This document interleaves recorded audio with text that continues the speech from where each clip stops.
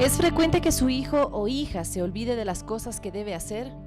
¿Que no obedezca las indicaciones porque está entretenido jugando?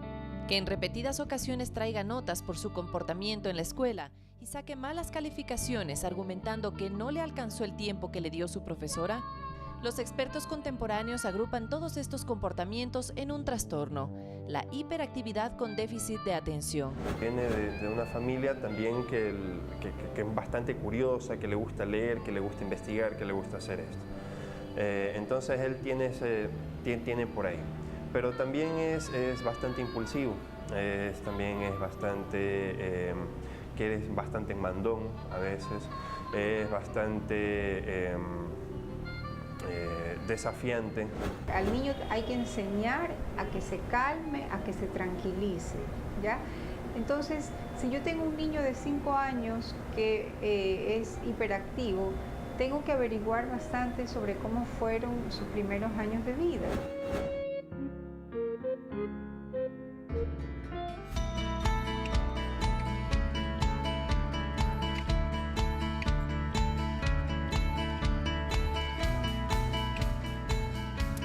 Hola, muy buenas tardes, sean todos bienvenidos este jueves 6 de abril aquí Al Mediodía. Tenemos un programa fantástico para que todos ustedes nos acompañen a lo largo de esta hora. Vane. ¿Cómo estás, Arturo? Amigas y amigos, muchísimas gracias por sintonizarnos. Tenemos, ya lo dijo Arturo, un tema de interés sobre todo para la familia ecuatoriana y sobre todo para los padres de familia que tal vez están preocupados por el comportamiento de sus hijos. ¿Podría haber una explicación ante ese, entre comillas, mal comportamiento de los hijos, Arturo? Creo que es un programa y un tema en realidad para analizarlo con expertos y hay que abrir la mente también. No hay que creer todo lo que uno va leyendo en principio o lo que le van diciendo. Es importante uno también ir investigando, sobre todo con espíritu crítico, este tema de los trastornos y las conductas. Hay veces que, y las condiciones, perdón, porque hay veces, Vane, que no necesariamente existen, sino que, bueno, se le trata de dar una explicación a determinado comportamiento que no necesariamente es el real. Hoy estaremos hablando entonces del trastorno de déficit de atención con hiperactividad. ¿Existe como tal ese trastorno? Hay algunas corrientes durante la investigación que realizamos para preparar este programa que está dedicado para todos ustedes. Hemos visto que hay diferentes opiniones, como diferentes pensamientos. Cuando teníamos el programa sobre las redes sociales, nosotros decíamos, no se pelee con sus amigos, no se pelee con sus familiares porque piensan diferente. ¿Será posible que nuestros niños y niñas también piensan diferente y no lo entendemos? Pero por supuesto, y sobre todo con la premisa, amigos y amigas, que nosotros no somos los dueños necesariamente de la verdad. Por lo tanto, abramos la mente, investiguemos y de acuerdo a eso, bueno, saquemos conclusiones. El trastorno de déficit de la atención con hiperactividad es una convención social, es un trastorno catalogado en el ámbito de la medicina. ¿Qué te parece, Arturo, y qué les parece, amigos televidentes, si iniciamos con eso? Revisando un poco de qué es ese trastorno. Por supuesto, y para eso nos hablan expertos también. ¿Es frecuente que su hijo o hija se olvide de las cosas que debe hacer? ¿Que no obedezca las indicaciones porque está entretenido jugando? ¿Que en repetidas ocasiones traiga notas por su comportamiento en la escuela y saque malas calificaciones argumentando que no le alcanzó el tiempo que le dio su profesora? Los expertos contemporáneos agrupan todos estos comportamientos en un trastorno, la hiperactividad con déficit de atención. Según explican, se presenta en la niñez pero puede avanzar hasta otras fases del desarrollo. No hay consenso sobre la causa del aparecimiento de esta condición, pero algunos sugieren la vinculación con la genética y otros, los factores sociales y el entorno familiar. Lo cierto es que se denomina trastorno precisamente porque cada caso es diferente, pero de manera general se puede dividir a las personas en 3 grupos. Aquellos que no pueden concentrarse y tienen problemas de atención, los que son extremadamente activos y quienes tienen un comportamiento impulsivo. Para los padres de familia, el proceder desordenado y poco responsable de sus niños o niñas es una preocupación constante. A la hora de la comida, a la hora de los deberes, incluso el momento de jugar.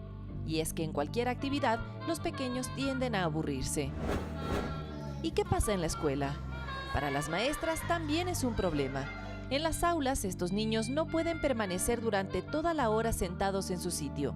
Conversan, juegan con sus útiles y todo esto, lógicamente, distrae a los demás. Si después de lo explicado, usted se siente familiarizado con el tema, atención. El trastorno de hiperactividad no se diagnostica con un examen de laboratorio, sino con el análisis del patrón de síntomas. Cuando se sospecha de la existencia de esta condición, padres y maestros deben participar en la evaluación del caso.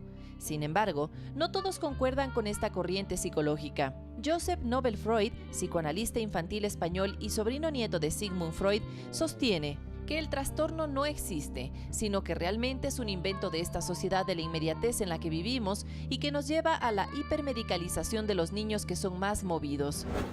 Como él, otros investigadores argumentan el hecho de que el TDAH es un constructo social sin base natural. Explican que en la sociedad el comportamiento se considera normal o anormal según lo establecido, y aquellos que no siguen la norma o son diferentes deben ser catalogados. La etiqueta médica, entonces, permite abordar los denominados casos problemáticos. Si bien no es fácil convivir con un niño que presenta estas características, es él precisamente quien más padece. Muchas veces, la diferencia es argumento para justificar el castigo, la exclusión y la discriminación.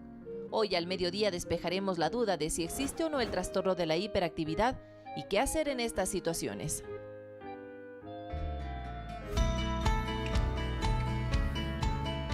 En estas situaciones, levante la mano en casa los que se sienten identificados. Yo me siento identificada y estaremos despejando nuestras dudas porque para eso está este programa, Al Mediodía, que está dedicado para todas las mamitas y papitos que están preocupados por el comportamiento de sus hijos. Nos acompañan como siempre dos expertos que nos van a ayudar a despejar estas incógnitas. Por un lado nos acompaña Mauricio Batallas, él es terapeuta familiar, y también está con nosotros Patricia Peñalosa, ella es psicóloga educativa. Muchísimas gracias a los dos por estar aquí, pero ¿te parece ya, Arturo, si invitamos al contacto ciudadano? Por supuesto que sí, esperamos sus llamadas y las líneas se abren ya, por supuesto, 3970-822 y 3970-813. Además, a través del Facebook Live y, como siempre, por Twitter también, con el numeral o hashtag Al Mediodía. Es importantísimo y me parece muy interesante hablar de este trastorno de la hiperactividad, en principio. Yo digo, antes de que se diagnostiquen como tal, como trastornos o como condiciones, este tipo de cosas, ¿qué pasaba con los niños? Yo me imagino que todos hemos sido, y todas las generaciones anteriores a nosotros, también habrán tenido hijos, y los niños, quienes ahora son nuestros padres, habrán sido activos, habrán sido hiperactivos, si es que así se les puede llamar también, pero vemos que han salido bien las cosas, más o menos también, en algunos casos. ¿Esto es algo nuevo? Es decir, ¿es algo que un poco está de moda? Etiquetar así a los chicos. Doctora. Por un lado sí está de moda. ¿Sí? Sí. Pero también es producto de muchas cosas que están pasando ahora, porque muchos son niños, hijos de departamento, digámosle, que ya no salen. Antes nosotros brincábamos, colgábamos de árboles por todo lado. Siempre estábamos en movimiento. Ahorita son niños de computadora, moviendo los deditos y nada más. Entonces sí hay alteraciones que se pueden dar por esto. Entonces sí provoca. Es interesante, un poco la respuesta ahí es del campo, es decir, los niños son activos y eso hay que entenderlo, doctor. De alguna manera sí, los niños necesitan quemar energías, necesitan estar en actividad, pero más allá, ¿qué es lo que sucede si es que nosotros tenemos tantos estímulos como ahora tenemos? En el tiempo de nuestros padres, los estímulos eran mínimos, los estímulos eran el sitio, en el aquí y el ahora. Si uno jugaba trompo, era el trompo, ahí, en ese espacio. No estaba pensando en el futuro, ni tenía el sistema virtual para pensar en el otro lado del mundo, sino que pensaba en el aquí y el ahora. Son por eso niños el tiempo sobreestimulados. Al parecer, pero es que hay que notar que el trastorno por déficit de atención e hiperactividad ni siquiera haya un consenso en cuanto a su definición. Y si no haya consenso, entonces difícilmente podemos encontrar una, entre comillas, cura. Y lo veíamos en el reportaje. Justamente es un trastorno porque cada caso es totalmente diferente. Ahora, respecto de la sobreestimulación, podríamos decir todos los niños están sobreestimulados, pero hay niños que llegan al aula y se sientan y obedecen y están quietos. Hay niños que no pueden estar quietos ahí. ¿Qué es lo que pasa en ese caso, Patricia? ¿Cómo entender esa diferencia en este abanico que son niños y niñas? Sí hay parte de inmadurez cerebral, digámosle, de las zonas prefrontales y frontales, que justamente son las que nos ayudan a organizar lo que vamos a hacer y poder filtrar toda la información esta que nos está llegando masivamente. Los niños que tienen déficit de atención con hiperactividad no hacen ese filtro. Más bien yo los llamaría que no tienen déficit de atención, sino que son captan todas las informaciones, pero no las pueden filtrar y poder discernir qué sí debo atender y qué no debo atender. Por eso todo les llama la atención. Clínicamente sí existe eso, es decir, como sí inmadurez de zonas del cerebro, inmadurez sí. de zonas del cerebro, clínicamente comprobado. No es solamente con, o sea, es decir, es un examen que se le hace al niño y se determina. Claro, uno súper simple, por ejemplo, en el electro. El electro no es que te dice sí es hiperactivo, pero ves que zonas del cerebro no están funcionando igual que las demás, entonces sí se ve una diferencia. Niños son, como lo dicen cotidianamente, son niños malcriados, son niños maleducados. ¿Viene por un tema de casa también para entender la raíz de la problemática? No, no es voluntario. Su movimiento y su hiperactividad, su malcriadez, digámosle, no es voluntario. Ellos necesitan hacer ese movimiento, necesitan poder expresar todo lo que tienen adentro. Y es como decía un profesor mío, los niños de ahora son motor de Ferrari metidos en pichirilo. O sea, son así, pero necesitan explotar de alguna forma. Ellos no pueden controlar y filtrar todo lo que necesitan, entender y poder sacar esa información. Tenemos nuestra primera llamada, ¿no, Arturo? Tenemos la llamada. Quiero hacerle una pregunta. Le dejamos para después de la llamada la pregunta. Aquí puede venir también esta violencia de ciertos niños, esta en la que no se dan cuenta de qué está bien y qué está mal. Se les hace más complicado entenderlo. Le damos la bienvenida a nuestra llamada ahora de Ana Lucía. Hola, Ana Lucía, ¿cómo estás? Hola, buenas tardes, muchas gracias. Tengo 2 consultas. Hola. Mi hijo tiene 7 años.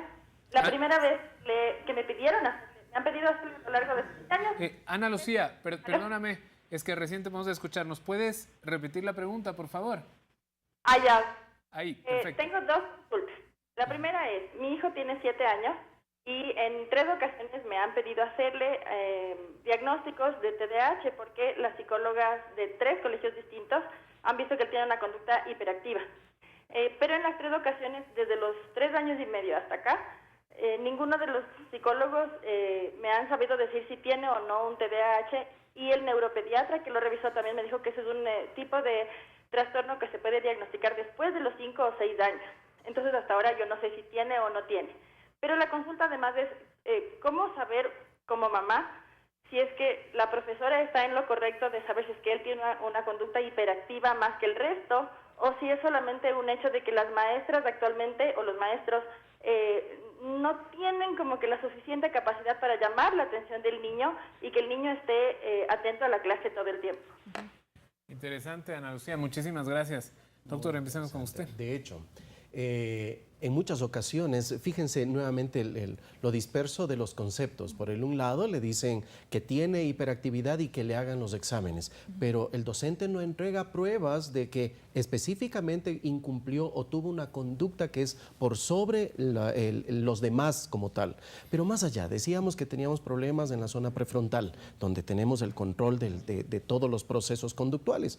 Pero si es que tenemos el problema en la zona, en el prosencéfalo, aquí adelante, entonces, ¿cómo no tendría que hacerse un examen dentro del área clínica, dentro de una resonancia, sino que solamente se hace el examen a partir del test de Conners, que es el más utilizado, que es preguntas y respuestas. Se mueve mucho, hace esto más, hace esto menos, y al menos en 2 sitios. Ahora, la cuestión es, ¿será que los docentes también, al momento de no tener una normalidad controlable, entonces le atribuyen a otra causa? En muchas ocasiones yo he tenido en mi consulta niños que llegan, padres que llegan con sus niños a decirme, sí, efectivamente necesito el examen.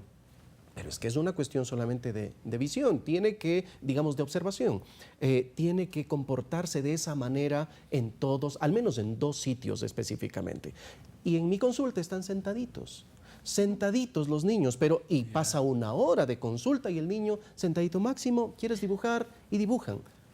Por ahí ya no hay. Entonces luego repienso, se fijaron, y les hago notar a sus padres, se fijaron lo que sucedió con su niño, ni se movió, estuvo ahí acurrucado sin problemas, haciendo sus dibujitos. Lo cual querría decir de alguna manera que algo está pasando en el sistema escolar que o tiene que mejorar porque tenemos niños que ya no están dentro del estándar.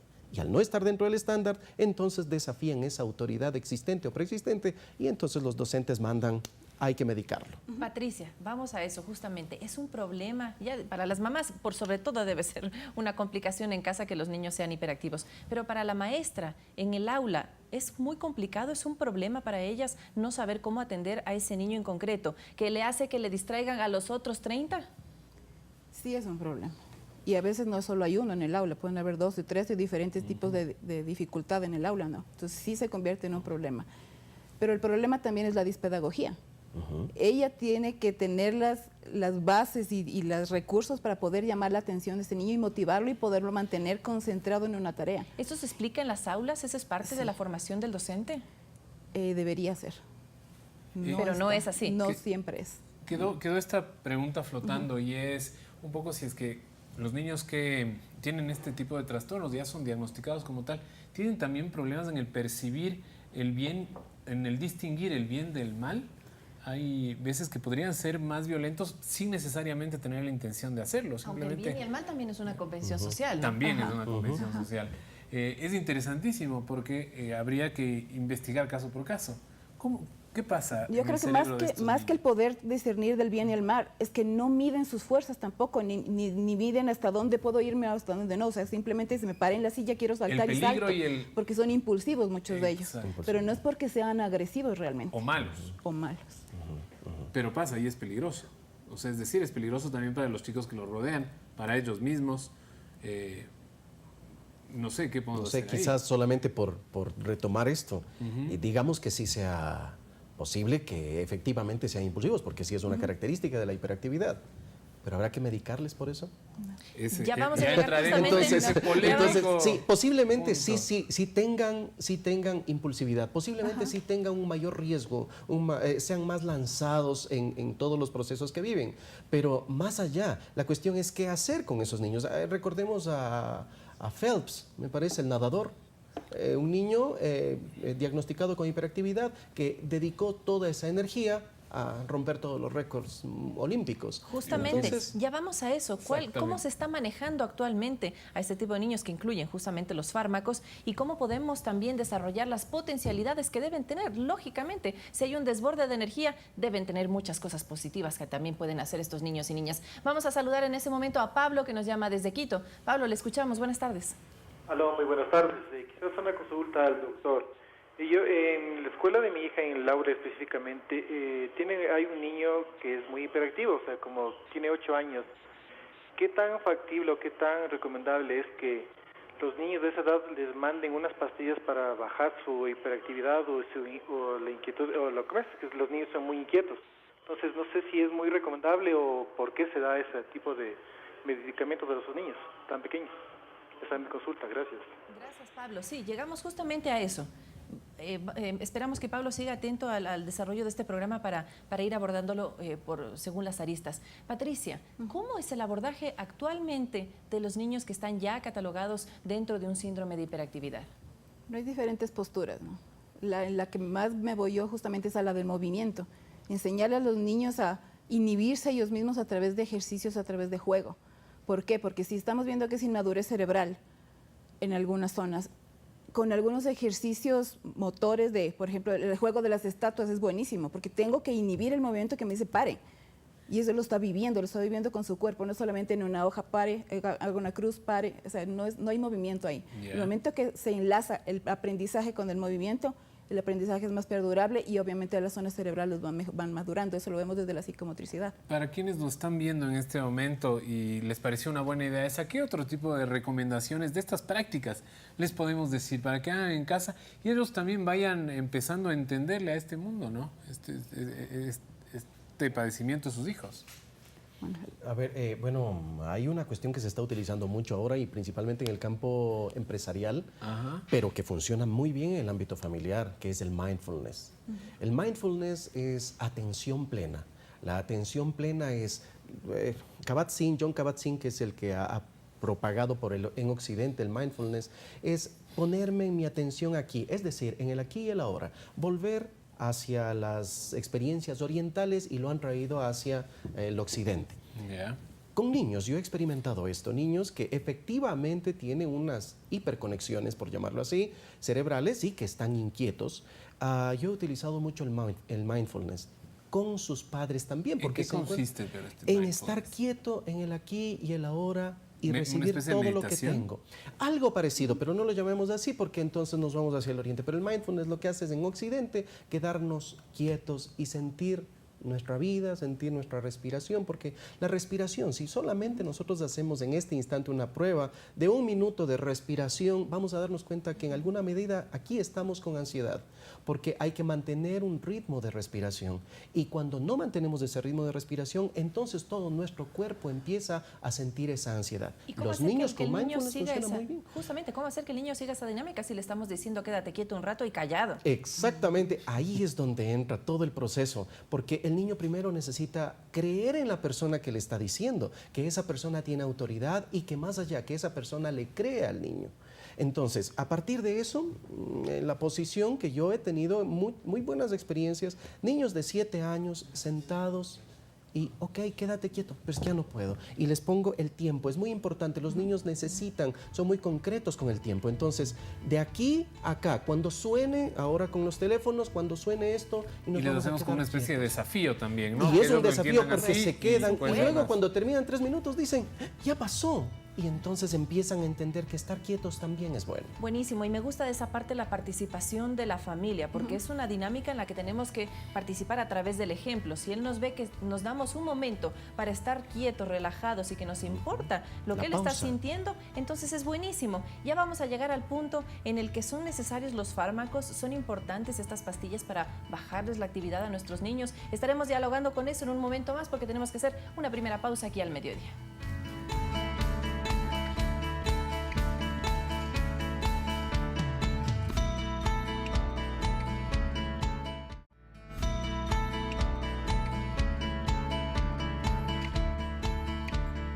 La hiperactividad y trastorno de déficit de atención. Seguramente usted lo ha escuchado, esta palabra hiperactividad está en boga en realidad. Se les diagnostica mucho a los chicos de este tipo de cosas, pero ¿será real que existe? Eso lo estamos discutiendo aquí. Le damos la bienvenida ahora a Elizabeth, quien nos llama desde Riobamba. Elizabeth, hola. Hola, buen día, ¿cómo están?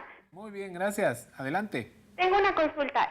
Yo tengo una niña muy pequeña de 1 año de edad apenas y en realidad me gustaría saber qué tipo de síntomas se pueden identificar en niños tan pequeños. ¿Cómo podría prevenir también en caso de tener presencia de estos síntomas la conducta posterior conmigo? Ok, Elizabeth, es una buena pregunta. Es decir, a los bebés recién nacidos, ¿se les puede ir ya viendo, es decir, ellos ya tienen alguna especie de síntoma? No sé, doctora. No creo Sí, que no haya sé. así como síntomas específicos para niños tan chiquititos, en un bebé, En un un año, año, no. 2 años. O sea, están No en todavía. plena etapa de exploración, que se lanzan a todos, son bien impulsivos, digamos, porque quieren tocar todo y gatear por Sí, todo lado, mezclar. no. ¿A qué edad empezamos ya a ver, tal vez, si es que existe el trastorno, los síntomas evidentes en los niños y niñas? Cuando entran a la escuela, entre En los la edad 3 y escolar. 5 años empezamos a ver. En la Y edad es en que la la que ya- dinámica de en la la, que de tiene la que clase empezar a es seguir las diferente. normas. Ahí se ve, Sí. pues. Cuando tiene que entrar a convencionalismos de cada escuela, que es diferente, cuando se mezclan todos los valores y convencionalismos también de todas las familias, entonces ahí es donde empiezan a explotar algunas cosas que son llamativas, especialmente la impulsividad. Más Esa que la yo creo que es atención. una buena pregunta. De cada 100 niños que entran al jardín de infantes, no sé si sigue llamando jardín de infantes ahora en los 2000, pero en inicial me dicen que se llama ahora, ¿cuántos de cada 100 niños que entran tienen algún problema de relacionarse con el resto? O Yo en- imagino en un aula, que ¿no? la mayoría quizás tienen algo de... No debe ser tan sencillo. Es que ahí hablamos de diferentes patrones conductuales, es decir, podrían haber niños que son calladitos y no por eso están enfermos, niños que realmente tienen algún diagnóstico, pero niños que son, llamémoslo, normales, no, a mí no me gusta mucho eso porque lo que es anormal de pronto es lo que ha generado el cambio en el mundo, pero los que son normales, el grupo más grande, solamente son aquellos que están cumpliendo las órdenes. Hay que recordar que el sistema escolar es un sistema de llenar formularios y cumplir órdenes. Si llenamos bien los formularios y sacamos 20, entonces somos buenos estudiantes. Y de memoria. Y si cumplimos Claro, órdenes, entonces Claro. somos... Los exámenes no son más que formularios. Formularios, por supuesto. nada más. Exacto. Solamente aprendemos en la universidad. Yo colaboro en una universidad acá y me llama la atención jóvenes abanderados que llegan a la allá y dicen, perdí todo y estoy afuera. ¿Por qué? porque era diferente en el colegio. La capacidad de análisis. Exactamente. Entonces, con ese concepto, normalmente se encuentra cuando entramos a la etapa social, que es la etapa de la escuela. Claro. Y los docentes son los principales en que supuestamente pueden encontrarse con este posible problema, porque son niños que salen de la normalidad, o mejor dicho, les dañan el grupo normal. Sí. Y ya vamos a llegar también a la parte justamente de la medicación. Antes de darle paso a la nota que tenemos preparada en que vamos a ver un caso, ¿en qué momentos o en qué tipo de condiciones, tal vez las más dramáticas, las más extremas, es cuando el niño empieza a recibir una pastilla para que le bajen la actividad, Patricia? Eso depende del neuropediatra que lo vea. Yo soy antipastillas realmente, pero sí, o sea, hay niños que sí definitivamente uno dice, él lo necesita, porque no solamente se está haciendo daño a él mismo, porque no puede estar atento en aula, no puede estar atento en su casa, no puede estar jugando con sus compañeros porque los agrede o por cualquier circunstancia. Entonces tendrían que ser casos muy extremos en los que sí se medique, si no, no necesitaría. En algunos casos hasta ellos se empiezan a hacer daño, es decir, autoflagelarse a veces, no miden los peligros, llega a ser un peligro verdadero, valga la redundancia, para ellos. Nosotros vamos a conocer, Van, en este momento, y amigos televidentes también, a una nota en la que veremos a una familia que, bueno, pues dentro de la misma ya les han diagnosticado este trastorno de la hiperactividad. En ciertos momentos es muy inquieto, momentos claves, hora de comer o cuando ve a la mami de noche, cuando llega a casa, se despierta. Obviamente todo niño se emociona a ver a su mamá, pero el comportamiento ya pasa, o sea, ya es muy hiperactivo, ya es muy excesivo, hay mucha acción. Federico Cuele es padre de familia. Él nos comenta que su hijo es hiperactivo, siempre está en constante movimiento y con una energía imparable. Un niño de 5 años que tiene mucha curiosidad y que viene de una familia también que es bastante curiosa, que le gusta leer, que le gusta investigar, que le gusta hacer esto. Entonces él tiene por ahí. Pero también es bastante impulsivo, también es bastante, que es bastante mandón a veces, es bastante desafiante, ¿sí? A veces le cuesta controlarse un poco, ¿ya? Cuando se le da una indicación, cuando se trata de cumplir un plan o una orden de las cosas a veces. Este patrón de conducta alertaron tanto a Federico como a su esposa, por lo que decidieron buscar la ayuda pertinente con un especialista. Al niño hay que enseñar a que se calme, a que se tranquilice, ¿ya? Entonces, si yo tengo un niño de 5 años que es hiperactivo, tengo que averiguar bastante sobre cómo fueron sus primeros años de vida. Y esto es fundamental, porque lo que pasa con el bebé va a tener posteriormente una implicación en el comportamiento del niño. Eso es algo que es definitivo y cada vez por eso estamos empezando más atrás en la historia del niño para poder hacer una intervención. Y ella es se puede decir, la doctora que nos está guiando en todo este proceso de aquí. Es como una César Milán, ¿sí? Porque maneja esa teoría, es decir, hay que educar a los padres para poder también educar a los niños. Y fue también donde se encontraron muchas aristas que evidencian de que como padres también tenemos que esforzarnos un poco más en ciertas atenciones. Estar con los nenes, pasar tiempo con ellos, dibujar con ellos, meterlos en tareas. Y eso es el proceso que también estamos cumpliendo. Tener un entorno agradable, establecer rutinas y compartir tiempo con el niño hará que su hiperactividad baje, según nos explica la especialista. Darle masajes al niño, ya a la hora de dormir, poner la música bajita, ir apagando las luces, poner un aroma agradable que nos invite a que el niño se relaje. Pero si en la noche la casa y las luces van a estar encendidas como un estadio, no podemos pretender que el sistema nervioso del niño se recoja, que es lo que pretendemos para que el niño se relaje, ¿ya? Entonces, hay que en la casa crear el entorno propicio que invite al niño a dormir bien. Cumplir rutinas precisamente porque los nenes necesitan aprender sobre que en un momento uno se levanta, uno come, uno desayuna, uno va a tal lugar, uno tiene que hacer esto y dentro de esas rutinas uno también tiene que manejar ciertos comportamientos. Entonces uno tiene que saber cómo poder transmitirle todo este mensaje a los niños. Y por eso también está el especialista que nos ayudó con esto. Hay padres que pierden el control cuando sus hijos son inquietos y desobedientes. Federico nos comenta al respecto. El niño es niño. Uno tiene que saber cómo guiarlo. Entonces, paciencia, respirar, y si sienten que ya no pueden, acudan, pidan ayuda. Van, esa reflexión final creo que fue importantísima. Es decir, primero paciencia, usted respire, que sepa usted que los niños son muy activos de por sí. Hay que irles enseñando de a poco. Nosotros los padres vamos a ser además los primeros responsables de sus primeras decisiones. Por lo tanto hay que saber darles las órdenes claras. Y de eso hablamos en este momento. ¿Cómo se les da las primeras órdenes a los niños? Primero tienen que saber los niños exactamente que la conducta que están teniendo no es correcta. Y con estas palabras, no es correcta. Decía algo de Milán, de César Milán. De César Milán. En realidad, hay que recordar que los niños de los 0 a los 7 años, según varios estudios, no es que tienen todavía incorporado todo el sistema de análisis, son más bien concretos. Y entonces, a partir de ser concretos, necesitamos enseñarles a partir de lo concreto.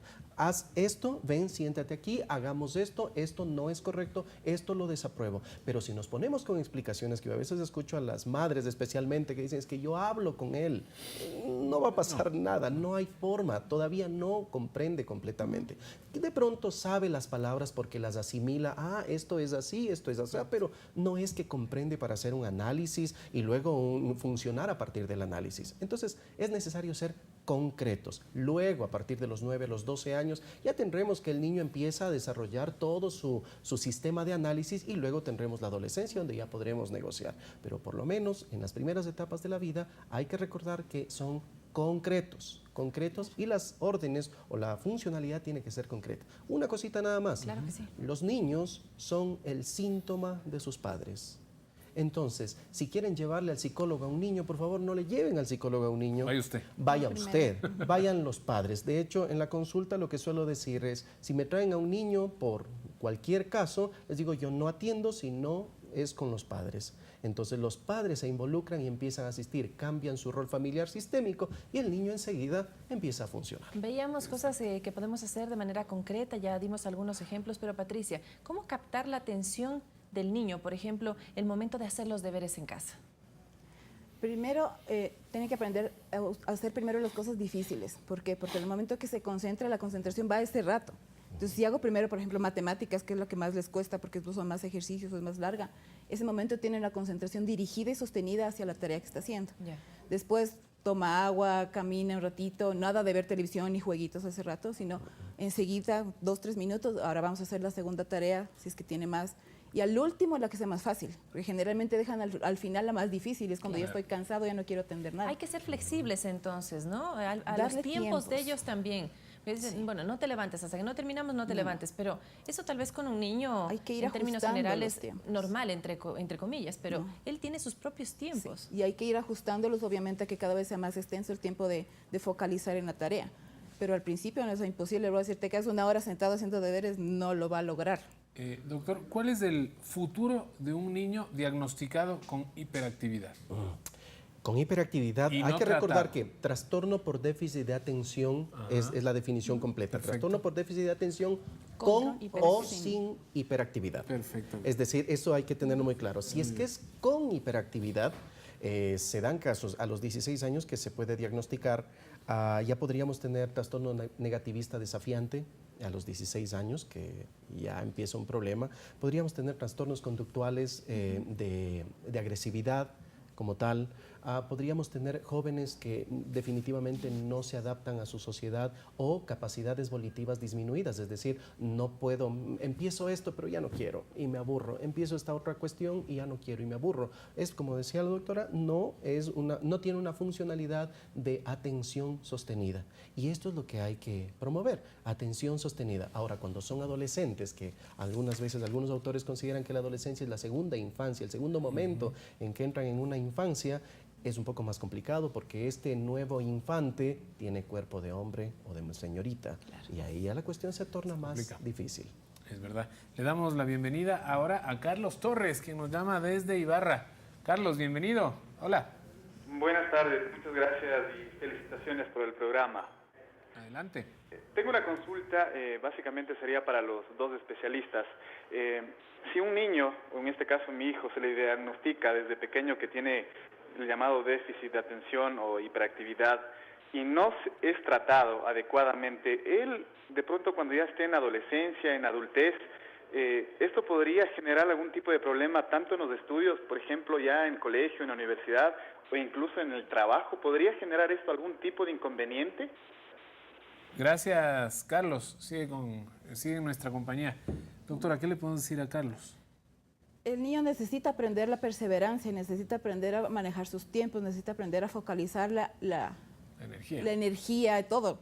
Si no lo desarrolla cuando sea grande, va a pasar lo que decía el doctor antes. O sea, va a empezar a buscar por otras partes cómo frenarse y a lo mejor no lo va a encontrar. Sí, sin querer asustar a nuestros televidentes, pero ¿podría esto terminar o derivar en posibles problemas de alcoholismo o drogadicción con más facilidad que el resto de niños o quienes no han sido tratados? De hecho, esa es una de las complicaciones previstas. Es decir, un niño con hiperactividad va a necesitar mantenerse con esta energía, con este nivel de energía y, aunque creo que luego se toca el asunto de los medicamentos, pero si ya aprendió cuando tenía tales edades a tomar o hacer esto o aquello, entonces ya sabe que tomando esta pastillita yo mejoro. Por tanto, cuando sea más grande tomo otro tipo de pastilla nada más. Sí. U otro tipo de droga, por llamarlo así. De los síntomas que tengo. Hablando otra vez del régimen escolar, y yo alguna vez le hice la consulta a Patricia también, ¿qué pasa si yo busco apoyo por fuera, ¿no? De pronto un psicólogo particular o en el mismo sistema público, que le está dando ya asesoría y que me está aconsejando?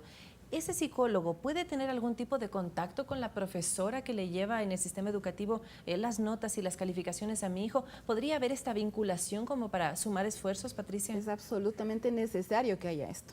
No solamente con la profesora, y si es que hay psicólogo en el colegio, con el psicólogo, para poder primero hacer las adaptaciones que necesita el niño, que también las exige el Ministerio de Educación ahora, no solamente las pide, sino las exige. Y poder ir adaptándose de acuerdo a las necesidades de cada niño. O sea, por ejemplo, sentar adelante de la profesora cerca de la pizarra, que no tenga ningún estímulo demasiado grande a los lados, o sea, cerca de ventanas o cerca de paredes blancas preferiblemente, que no tenga tanto estímulo y pueda focalizar la atención en lo que le pide la profesora. O acercarse y hacerle un toque en el hombro, decirle, mírame, cosas así, sin tener que estar diciéndole el nombre, oye, atiéndeme, porque se desgasta la palabra y ya no va a servir para nada. O motivarle también, ¿no? Estás haciéndolo bien. Son niños que no se pueden quedar quietos la hora de clases completamente. Si a un niño le ponen, a todos los compañeritos, le ponen 10 ejercicios, la profesora podría ser un poco condescendiente con ese niño y ponerle 7, 5, pero viendo que cumpla con esos ejercicios, doctor. Nuevamente, el trastorno por déficit de atención e hiperactividad, con o sin hiperactividad. Si es que es hiperactivo, ese niño tiene hiperconexiones, realmente. Y si tiene hiperconexiones, resuelve matemáticas o cosas así mucho más rápido que otros niños. Si es que no es hiperactivo, de alguna manera podría enlentecer más bien todo el proceso porque se distrae. Claro. Entonces, el docente tiene que saber exactamente cómo manejarlo. Si es que encuentra hiperactividad, se mueve demasiado, no puede permanecer en la silla, debe documentar. Y una vez que tiene esto, entonces saber cómo hacer su adaptación curricular y a partir de eso, entonces saber si tiene que darle más o menos ejercicios y en función de qué y en qué materias específicamente. Una vez que se le ha diagnosticado al chico, en este caso, ¿cuánto tiempo pasa, más o menos, hasta que podamos empezar a ver una normalidad también, entre comillas, de aquel niño? Es decir, ¿en qué momento vemos que los tratamientos han servido? ¿Cada cuánto tiempo tienen que durar los tratamientos? ¿Cada cuánto tiempo uno tiene que ir a los tratamientos y cuánto tienen que durar esos tratamientos? ¿Son casos particulares? Es decir, estamos hablando ya de medicinas. No necesariamente. No necesariamente. Es decir, si es que se diagnostica, viaja en ámbitos generales. Lo que dure, como dije antes, los niños son el síntoma de sus padres. Si sus padres empiezan a reconocer nuevos patrones conductuales dentro del hogar, el niño enseguida va a entender. Va a ser rápido el tiempo. Muy rápido. En realidad yo he tenido casos de semana a semana donde los padres, depende mucho de ellos, si los padres asumen sus nuevas conductas, sus nuevos roles, entonces empiezan a poner normas más claras. Los padres no sabemos, y esto nos resulta difícil de creer, pero los padres no sabemos dar órdenes. Entonces somos ambiguos y en esta ambigüedad decimos, pero harás. pero ¿harás cuándo? Claro. ¿Pero harás a qué hora? ¿Pero harás cómo? ¿En dónde? Entonces, como necesitamos esta concreción en las órdenes, los padres no sabemos. Cuando los padres empiezan a tener psicoeducación, empiezan a decir, entonces yo les pido muchas ocasiones que pongan en su refrigerador, estas son las normas, se come a tal hora, se hace tal cosa, tal persona hace, entonces todos tenemos contacto y todos cumplimos. El niño enseguida empieza a recibir su autoridad y empieza a ver que aquí hay autoridad más allá de los gritos, más allá de las ambigüedades, y entonces el niño se sujeta. Esto nos pasa a los adultos también. Fíjense que las personas que se van a otros países europeos, especialmente donde hay mayores reglas y reglas totalmente correctas, llegamos puntuales los ecuatorianos. Claro. ¿Qué pasó? Ni una infracción. Acá no puntuales. No cometemos ni una infracción en los Ni una todos, infracción no. en la calle, Claro. cumplimos todo. Parece que los niveles de autoridad son necesarios para que los seres humanos hagamos conexiones cerebrales que nos permitan relacionarnos mejor. Los padres mejoran sus niveles de conductuales frente a sus hijos y sus hijos enseguida empiezan a funcionar. Y baja la ansiedad de la familia también. Y la ansiedad en la familia es Y hacia mejora abajo. el ambiente. Mejora todo. Patricia, nosotros decíamos y lo hemos repetido en varias ocasiones en este programa que debe ser un problema convivir con un niño así, para la mamá y para la profesora. ¿Y el niño cómo se siente? Porque muchas veces el niño debe ser objeto de discriminación, de burla y también pues de sanciones y castigos incluso. ¿Cómo se siente un niño? Absolutamente frustrado, porque él quiere, pero no puede. Y por ejemplo, esto del movimiento, si es que son hiperactivos, necesita tener movimiento. Entonces, dentro del aula le puedo dar un espacio donde pueda moverse. No pasa nada. Y si se puede sentar atrás, porque necesita sentarse atrás, y un espacio donde caminar en la parte de atrás, camina, no pasa nada. O necesito vaya donde la profesora tal y tráigame tal libro. Es un movimiento dirigido, pero está haciendo el movimiento. Entonces, no es necesariamente dejarlo quieto como estatua, no necesitas. ¿Hay discriminación, Patricia, Sí, por hay estos discriminación. Inclusive de los mismos compañeros que trabaja en grupo. Es que él no hace, es que él no quiere, es que él solo hace la mitad o se levanta, no me está ayudando. Entonces, siempre hay algún tipo de rechazo. Ahora, lo ideal sería que los otros compañeros se den cuenta que no es voluntario, que no es que no quiera hacer las cosas, sino que hay que darle los tiempos. Y él es bueno para dibujo, entonces tú dibuja. Si él es bueno para las matemáticas, entonces tú haz la parte de las matemáticas o de la estadística cuando trabajan en grupo. Entonces no es complicado. Ahora, otra cosa que se puede hacer es, muchos de estos niños que necesitan el movimiento, nosotros les ponemos los ábacos en los pies. Se sacan los zapatos y están rodándolo. Y les están estimulando los pies, no pasa nada, está moviéndose, pero su cabeza está concentrada en esto, el movimiento está en las piernas, no pasa nada, o un elástico en las patas de la mesa, y está moviendo el pie, entonces es como un movimiento dirigido, lo necesita hacer, sí lo necesita, y lo hace y no pasa nada. Y a veces uno comete el error de decir, pero quédate quieto, Y cuando los para pobres él están- eso es necesario. Yo alcé la mano Arturo y es porque hay cosas en las que uno dice, pero ¿qué pasa? Le damos la bienvenida ahora a Javier Coral, quien nos llama desde Quito para hablar también de este interesantísimo tema. Pues, Javier, hola. Muy buenas tardes. Felicitaciones por el programa. Estaba viendo acerca de este tema de la hiperactividad y quería hacerle una consulta a los especialistas. Lo que pasa es que mi primo es pequeñito y está en la escuela, es hiperactivo y por esta razón en la escuela lamentablemente por algunas situaciones ha sido víctima de bullying. Entonces a veces inclusive por esta hiperactividad él es tildado de malcriado. Entonces quería saber cómo se puede hacer para solucionar entre padres, entre los maestros, entre los mismos compañeritos. Gracias, Javier. Chévere. Es más o menos un poco lo que hemos hablado, ¿no? Es importantísimo identificarles y según eso, que cada profesor o en cada aula y cada alumno sepa cómo tratarle.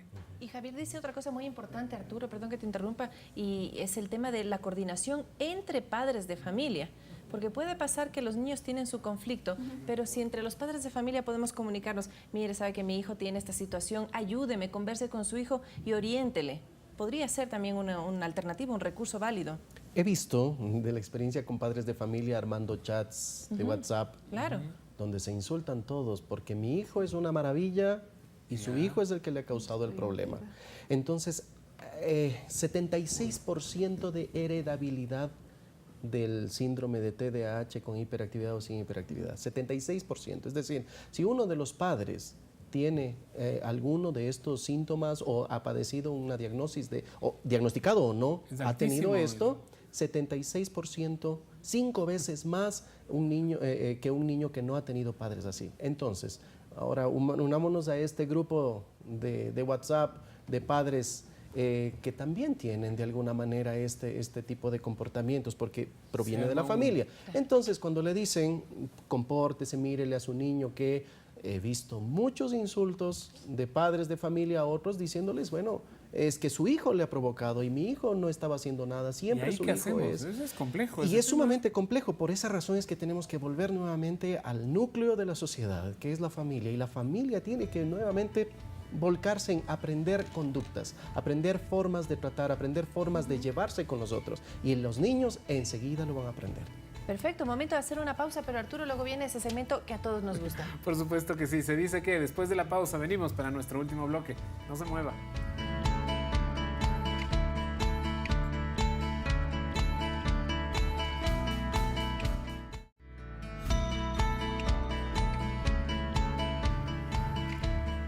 Muchísimas gracias, como siempre, por seguir con nosotros y, por supuesto, este segmento que tanto nos gusta a todos. Se dice que será real o serán falsas estas afirmaciones de este programa. Veamos qué nos dice. El primer se dice que la hiperactividad trae problemas en la etapa escolar.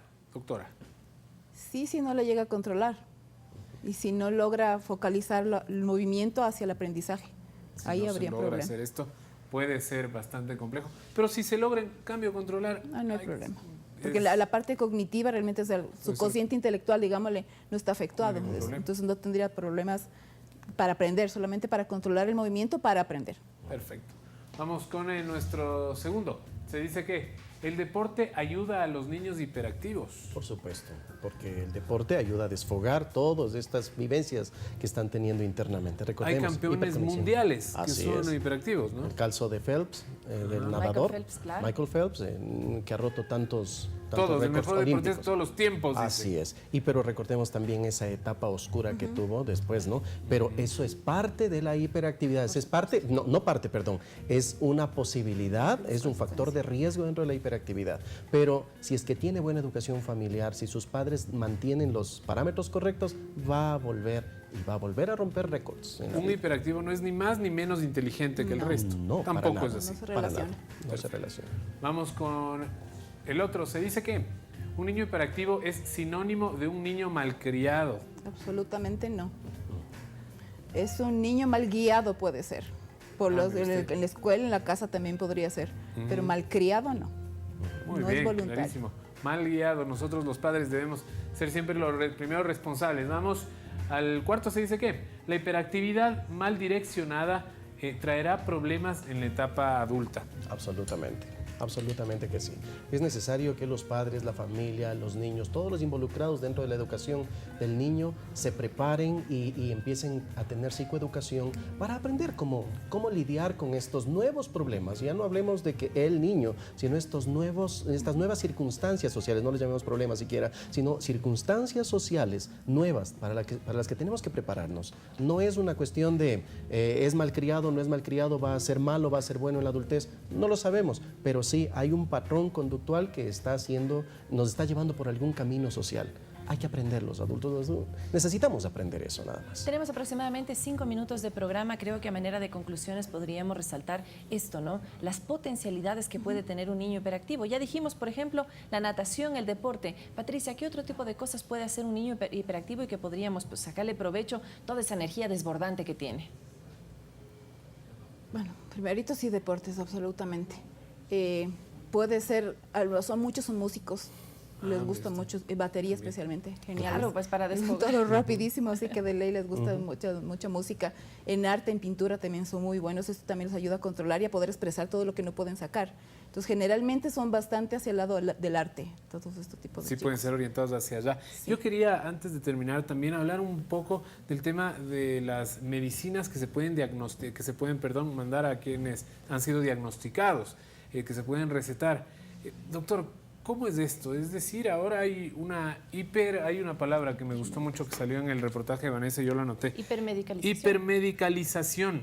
Esto es algo que tiene que ver muchísimo también con las grandes corporaciones que venden estos nuevos medicamentos. Es increíble. La diagnosis del TDAH subió exponencialmente en 5 años, en 10 años. ¿Cómo? Increíble. ¿De pronto aparecieron más? No, dicen, es que se puede diagnosticar mejor. ¿Pero cómo? ¿A partir de un test? Bueno, habrá que mirarlo. Pero la siguiente cuestión es que los fármacos de predilección, el primero es metilfenidato. El metilfenidato es el llamado comercialmente el Ritalin. Esta famosa Ritalin. Y el de los Ritalin 90 lo que hace en muchos aspectos ni siquiera se sabe cómo funciona exactamente. No se sabe a ciencia cierta cómo funciona. Se piensa, bueno, funciona con la dopamina. Pero ¿qué también funciona con la dopamina en la adultez? La droga, la cocaína, claro. También funciona con la dopamina. Si yo aprendo y le enseño a mi cerebro a funcionar con esto, entonces ya podemos saber lo que puede ocurrir en el futuro. ¿Y qué le hace? ¿Se toma el niño la pastilla y qué le hace? A ver, el Ritalin está medicado prescrito para personas que tengan epilepsia y para personas que necesiten focalizar. Entonces, lo que hace supuestamente es focalizar al niño. ¿Pero qué implica esto? Apagar zonas del cerebro para yo quedarme en un solo espacio. Ahora, ¿qué estamos enseñando al cerebro? Recordemos que cada cosa que hacemos, todo lo que hacemos tiene un efecto sobre el cerebro. Así es que, y lo cambia fisiológicamente. ¿Querrá usted meterle una pastilla para cambiarlo fisiológicamente, cambiar su cerebro fisiológicamente? Habrá que revisarlo. Pero yo he visto casos en los que vienen prescritos con Gobal, que es otro medicamento, que es para psicosis. Dios mío. O sea, entonces, en cambio eso le adormece un poco, claro. ¿Será? Bueno, siempre, todos los medicamentos de estos tienden a apagarnos un poco, pero yo he visto casos de medicamentos que no son funcionales y a niños menor de 5 años que está prohibido medicar, a niños menores de 5 años, pero niños medicados con Gobal y con metilfenidato. Muchísimas gracias a Mauricio Batallas, terapeuta familiar. A manera de conclusión, Patricia también, son nuestros hijos y hay que quererles como son, ellos son así. Son así. Y somos así muchos, así que por eso Fuimos son así. Claro. Entonces simplemente es movernos más y como familia movernos más. Si ellos se mueven, hay que moverse al mismo ritmo de ellos. Vamos al parque. Monten bicicleta, vamos no al pasa parque, nada. esa es, vamos al parque. Y hagamos también, si es necesario, una determinada pausa en el día que nos permita a todos respirar, relajarnos y valorar lo que tenemos en el entorno. Yo les quería recomendar a quienes nos están viendo también, métanse al internet. Hay muchísimas cosas válidas en el internet, hay unos documentales fantásticos que hablan de todas estas consecuencias de las pastillas, a veces a largo plazo, de qué es lo que pasa cuando son adolescentes, de ese cambio del medicamento a la droga. Es imprescindible, nosotros involucrémonos más y no es difícil. En la computadora usted siéntese desde un momento también y vamos aprendiendo todos juntos, doctor. De páginas correctas, sí. De páginas correctas. Exacto. Principalmente, hay una forma interesante, pongan PDF al final. Ajá. Si usted quiere buscar, ponga lo que está buscando y ponga punto PDF, porque los PDFs normalmente tienen autor, normalmente está publicada una revista indexada, entonces si pone PDF le va a salir información más un seria. poquito más seria. No digo que sea verdadera totalmente, pero un poco más seria. Muchísimas gracias Mauricio Batallas y también a Patricia Peñalosa, ella es psicóloga educativa. Creo que hemos despejado muchas dudas, pero la principal duda que usted debe tener en casa es, ¿estoy haciendo bien las cosas con mi hijo? Y si la respuesta es no, busque apoyo, busque asesoría, que eso le va a permitir que todos en casa sean más felices. Claro que sí, nosotros nos despedimos, les agradecemos muchísimo como siempre por estar con nosotros aquí al mediodía. Un abrazo para todos, excelente jornada. Chao, chao.